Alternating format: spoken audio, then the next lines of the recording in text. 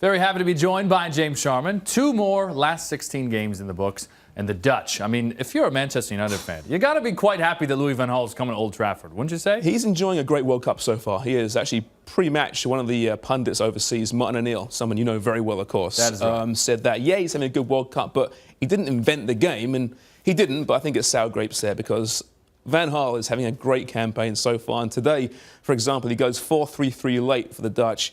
During the water break, actually, he made the tactical change, which you can't do officially. You can't coach during the water break, which is like he's a coach. What do you want? That's just FIFA nonsense.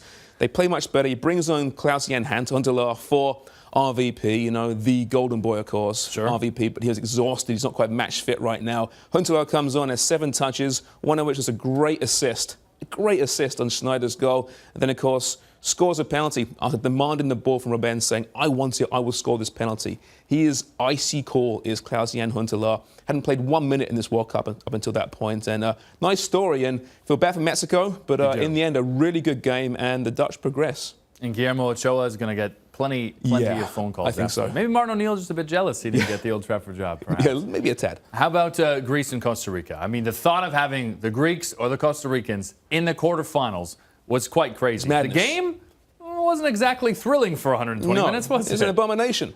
Let's be honest. It wasn't good, but we didn't expect much more from these two teams. They're, you know, to get where they are, they've got to play this negative defensive kind of football. But Costa Rica, of course, have that ability to counter and score, unlike the Greeks. But yeah, in the end, it came to life after the Costa Rican goal. But once again, the story has to be Keylor Navas in goal for Costa Rica. This boy is emerging as a real story in this World Cup.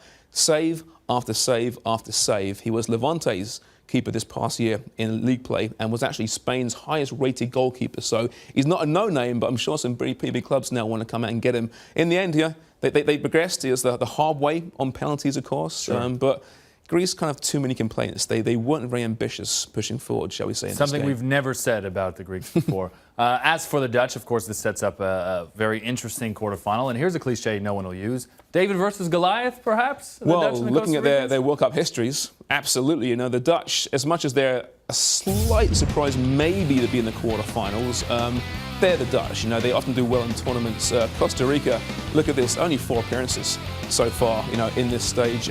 17 goals for 80 for the Dutch. That being said, you know, Costa Rica's defense, I mentioned Navas, hard to break down, but the Dutch did, of course, discover how to break down a tough defense today against Mexico. So it's an interesting matchup there.